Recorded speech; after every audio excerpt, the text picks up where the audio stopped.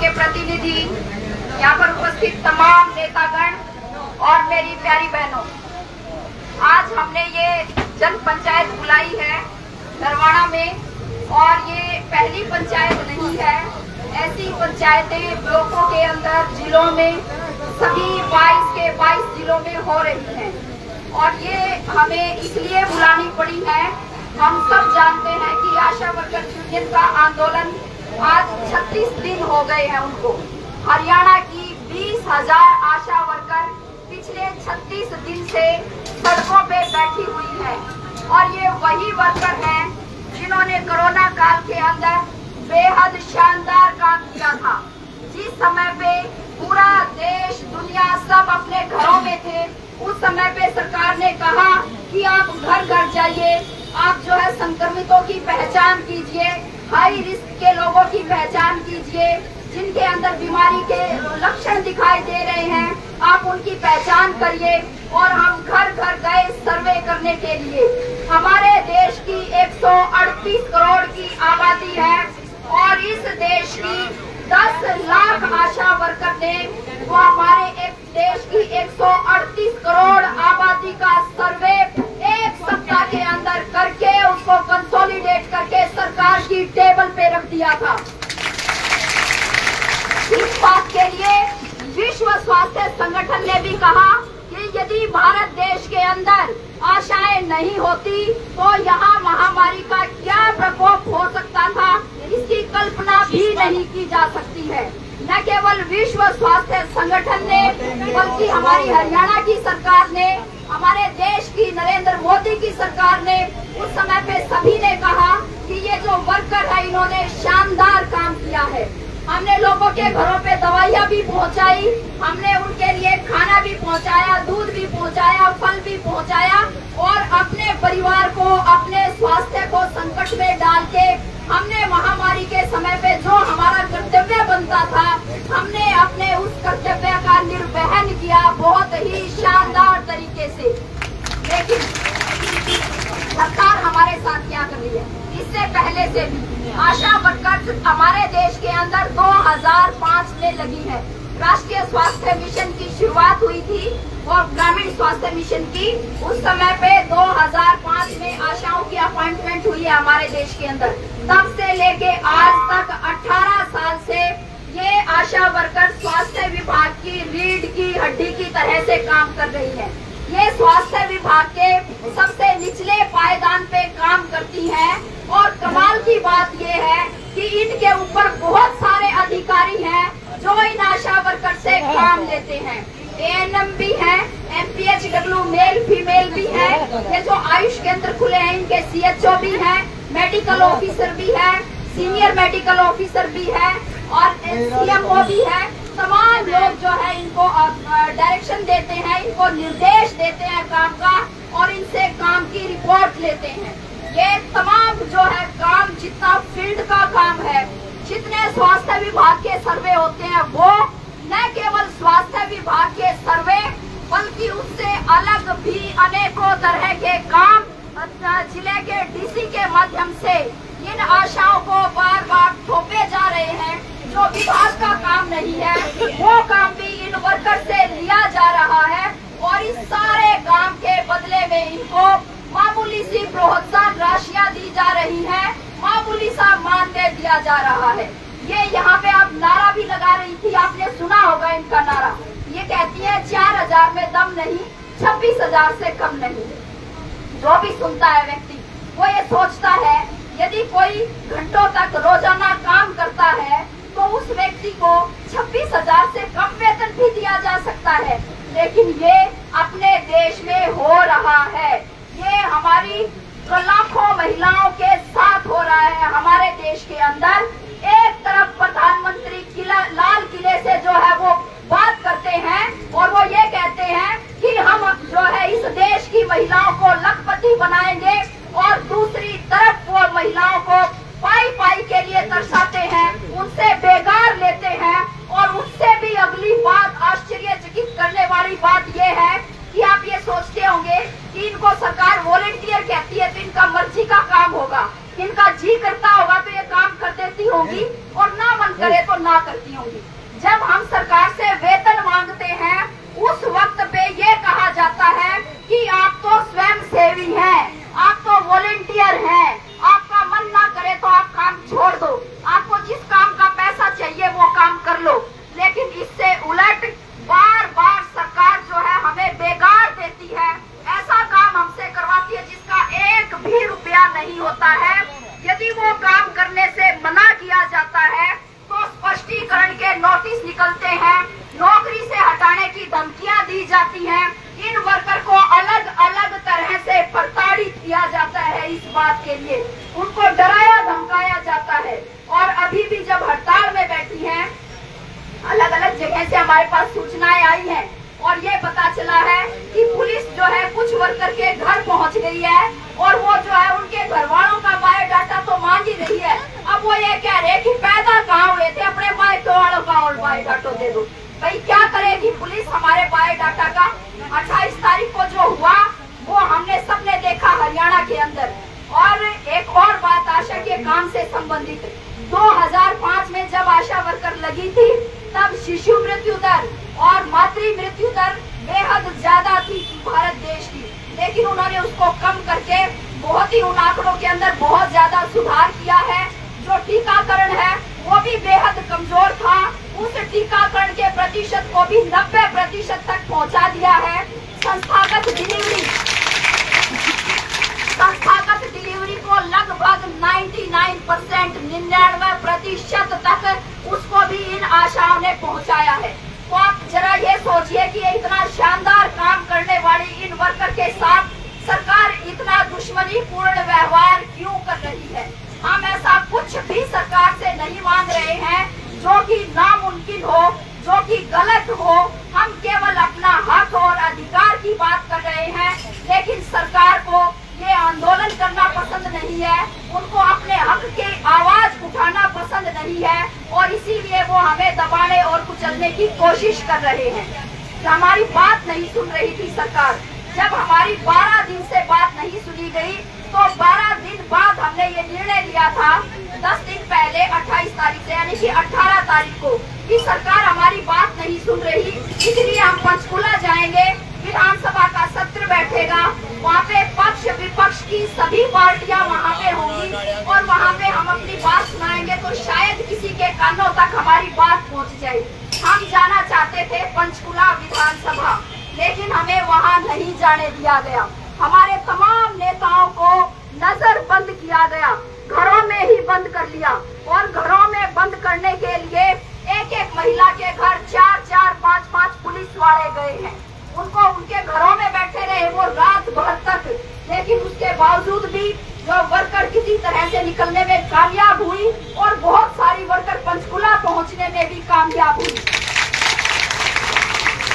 लेकिन रास्तों में हमारे साथ जो व्यवहार किया गया, हमारे जो ड्राइवर्स थे गाड़ियों के, उनकी गाड़ियों की चाबी छीनी गई, ड्राइवर्स को डराया धमकाया गया ये कह के कि आप इस गाड़ी को आगे लेके गए तो हम आपकी गाड़ी इंपाउंड कर लेंगे। और बहुत सारी गाड़ियों में पुलिस वाले खुद बैठ गए ड्राइवर की साइड में और कहा अब इस गाड़ी को चलता रहने दो, इसको रोकना नहीं है।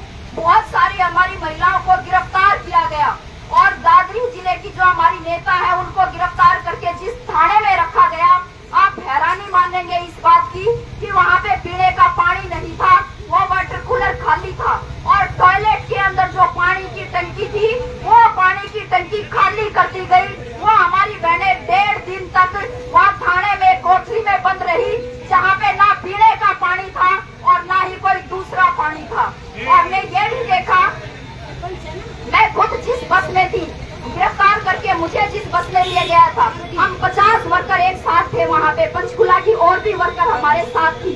उस बस को रोका नहीं गया, उसको घुमाते रहे और घुमाते वक्त जो है उसको रोका नहीं गया। पानी खत्म हो गया हमारे पास जो घरों से लेके गए थे अब पीने का। हमारी एक वर्कर बस के अंदर बेहोश हो गई, हमें नारे लगाने पड़े वहाँ पे कि पानी दो पानी दो, लेकिन बस रोकने का नाम नहीं। वो जो बस के अंदर महिला पुलिसकर्मी बैठे थे उन्होंने कहा हमारे पास एक ही आदेश है कि इस बस को रुकने नहीं देना, ये बस को सारा दिन ऐसे ही चलते रहने देना है। जब हमने बहुत ज्यादा हंगामा किया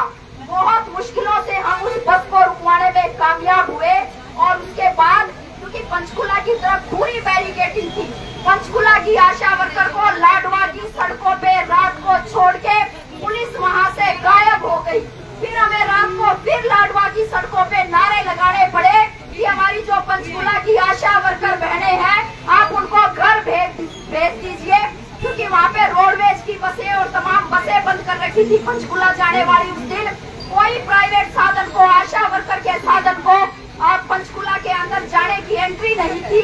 मतलब ये कि ना हमें बस मिलने वाली थी उस दिन वहाँ से, और ना ही कोई हम अपना साधन करके अपने घरों पे जा सकते थे।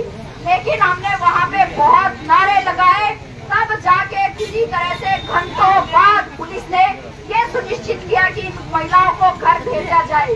तो ये हमने इतना संघर्ष किया, लेकिन इस संघर्ष के बाद भी मैं हरियाणा की 20,000 आशा वर्कर्स को इस बात के लिए बधाई देना चाहती हूँ कि इस सारी कार्रवाई के बाद भी ना वो डरी और ना वो झुकी, और निडरता से उन्होंने सामना किया, पुलिस प्रशासन का सामना किया, और अब काफी निडरता के साथ वो सरकार का भी सामना कर रहे हैं। इस जन पंचायत में मैं एक बात ये कहना चाहती हूँ कि ये मसला मुझे लगता है कि केवल आशा वर्कर का नहीं है। ऐसा नहीं है कि सरकार आशा वर्कर्स के आंदोलन के साथ ही ऐसा कर रही हो। हम जानते हैं वो भी समय हमें याद है कि जब हमारे किसान बॉर्डर की तरफ जा रहे थे, तभी भी सीटू हरियाणा और सीटू हरियाणा की हमारी ये फौज आशा वर्कर, इन्होंने भी, हमने भी फैसला किया था कि हम भी किसानों के साथ 26 नवंबर को दिल्ली की तरफ कूच करेंगे। तभी भी हमने दिल्ली की तरफ कूच किया था। अनेक जगहों पे हमने गिरफ्तारियां दी थी उस दिन, और वो दिन था, और उसके बाद जो वो 13 महीने थे किसानों ने जो संघर्ष किया, किसानों की बॉर्डर पे जो शहादत हुई, और उस शहादत के बाद भी जो है सरकार ने आज तक जो वायदा किया था वो वायदा पूरा नहीं किया। वो भी चीजें हमें याद है कि किसान आंदोलन के साथ सरकार ने क्या व्यवहार किया। इसके बाद हमने रोडवेज के आंदोलन के साथ सरकार का व्यवहार देखा, जिसमें पंचायतों ने भी समर्थन दिया। उसके बावजूद भी क्योंकि अपने लगे बग्गों को, मंत्री संतरियों को, उनको अपने बसों के परमिट देने थे, इसलिए रोडवेज का जो है निजीकरण, जिसके खिलाफ जो आंदोलन चल रहा था, उसको रोका नहीं गया। कोर्ट का सहारा लेके उस आंदोलन को कुचलने की कोशिश की गई, वो भी हमने देखा। आंगनबाड़ी की वर्कर हेल्पर बहनें 4 महीने तक जब वो हड़ताल कर रही थी, वो आंदोलन भी हमने देखा। हमने अनेकों आंदोलन देखे हैं जिनके ऊपर सरकार ने बातचीत की बजाय दमन का रास्ता अपनाया है, और इसीलिए हमने ये फैसला किया कि ये लड़ाई जब अकेले आशा वर्कर की नहीं है, ये लड़ाई आज हमारे लोकतांत्रिक अधिकारों की रक्षा की लड़ाई है। आज ये लड़ाई इस बात की है कि जो जन आंदोलन है, जो हमारे आंदोलन है, हमारे हकों की जो आवाज है, वो दबाई जाएगी कि वो और ज्यादा बुलंद होगी। आज लड़ाई यहाँ पे आई है, और इसीलिए हम आप लोगों से भी ये अपील करने के लिए ये पंचायत बुलाई गई है कि जब लड़ाई हमारी सबकी साझी है, मुद्दे हमारे साझे हैं, तो इन मुद्दों पे आप हमारा समर्थन करिए। वैसे भी कहा जाता है कि भी बहन बेटियां तो सबकी बराबर होती हैं, तो ये हरियाणा की जो बेटियां 36 दिन से सड़कों पे बैठी हैं, ये और सरकार जो इनके साथ व्यवहार कर रही है, पुलिस प्रशासन से ने इनके साथ जो व्यवहार किया है, ये बेहद शर्मनाक बात है। और ये पूरे हरियाणा का कर्तव्य बनता है कि हम पुलिस प्रशासन की और इस सरकार की इस कार्रवाई के खिलाफ हमें मुंह तोड़ जवाब मिलके देना चाहिए। आज हमारे ऊपर संकट ये है कि एक तरफ चाहे बेशक कृषि के तीनों कानून वापस ले लिए हो सरकार ने, लेकिन उसके बावजूद भी हमारी मंडियों को बर्बाद किया जा रहा है।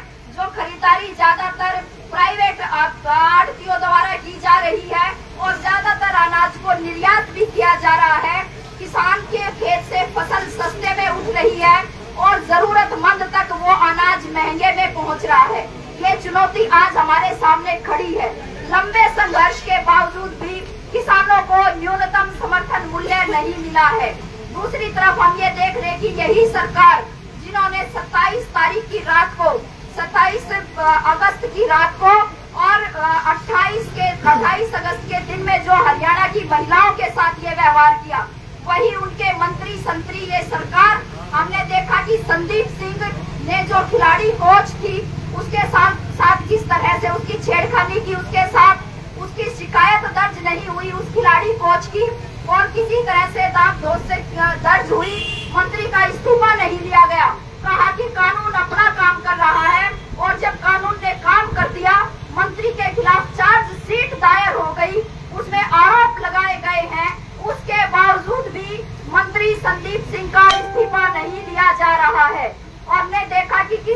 जंतर मंतर पे पहलवान जो हमारी खिलाड़ी थी वो किस तरह से अपने यौन शोषण के खिलाफ वहाँ पे बैठ के नारे लगा रही थी, और वो बिल्कुल मोदी की नाक के नीचे, और जो महिलाएं अपने देश का नाम जिन्होंने रोशन किया हो, जो अपने देश के लिए मेडल लेके आई हो बड़े बड़े, और वो ये कह रही है कि ये मंत्री हमारा शोषण करता है, उस मंत्री का इस्तीफा आज तक जो है नहीं लिया गया, और उन महिलाओं को, उन बहनों को आज तक न्याय नहीं मिला है।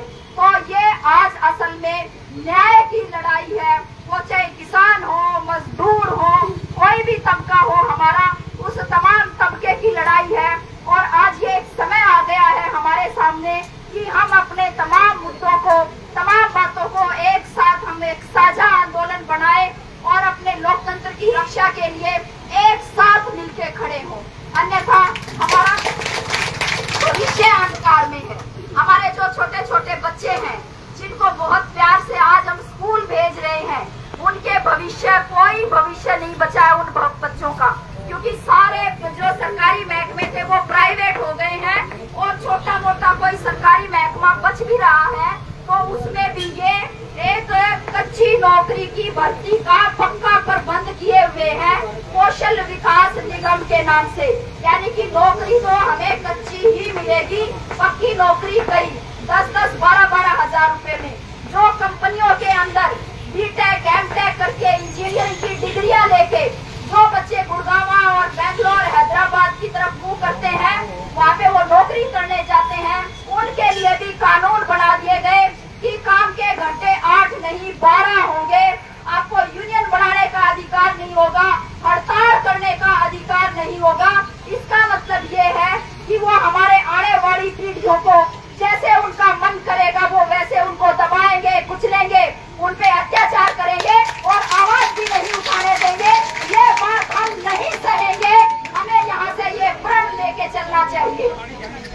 ये ऐसा, ये बिजली का बिल आ गया, किसान भी लड़ रहे थे बिजली के बिल के खिलाफ, लेकिन वो बिजली का संशोधित बिल अभी आ गया, स्मार्ट मीटर आ रहे हैं। हमारे घरों में एक लट्टू जलाने के लिए भी हमें ज्यादा मेहनत करनी, वो मुश्किल होगा हमारे लिए, हम सक्षम नहीं होंगे उस बात में। और जैसे गेहूं के जो आटे के, गेहूं के दाम कैसे बढ़ रहे हैं, चावल के दाम पिछले दिनों में बढ़े हैं, अभी सुगबुगाहट हो रही है कि चीनी के दाम भी अभी आने वाले समय पे चीनी भी ऐसे ही जो है बहुत ज्यादा महंगी होने वाली है। तो आम आदमी का, कमा के खाने वाले लोगों का गुजारा किसी भी रूप में आज संभव नहीं है। तो ये जब हम ऐसे एक मुश्किल दौर से गुजर रहे हैं, तो इस मुश्किल दौर में हम सबको मिलके आवाज उठानी चाहिए और मिलके लड़ना चाहिए। एक अंतिम बात इस समय पे मैं ये कह रही हूँ कि ये जो महिलाएं हैं, ये मैंने पहले बता दिया, मामूली सा वेतन पाती हैं, और वो मामूली सा वेतन जब से ये हड़ताल पे बैठी हैं तब के बाद से इनको वो वेतन नहीं मिलता।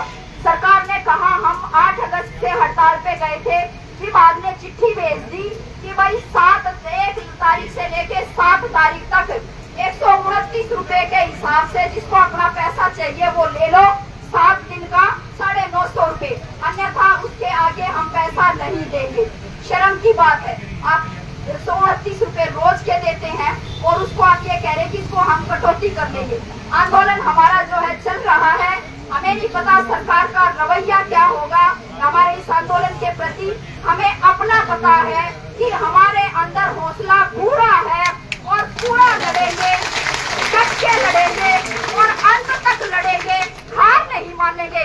और इसमें हम ये सुनिश्चित करना चाहते हैं, हमारी कुछ ऐसी बहनें भी हो सकती हैं जो विधवा हो, जिनके घर में इस ये छोटी सी आमदनी से अतिरिक्त और भी कोई आमदनी ना हो। हम उन बहनों से भी अपने दिल की 2 बात पूछना चाहते हैं, उनको भी कहना चाहते हैं, हम ये काम भी करना चाहते हैं, लेकिन ये आप सबके सहयोग के बिना, जनता के सहयोग के बिना ये काम नहीं हो सकता है।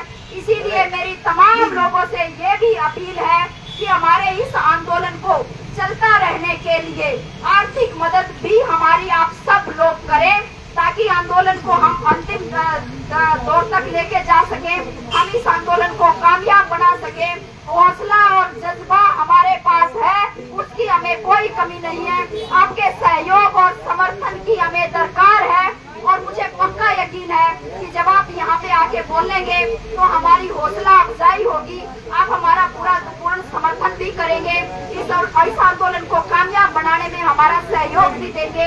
इसी अपील के साथ मैं अपनी बातचीत खत्म करती हूँ। धन्यवाद सर।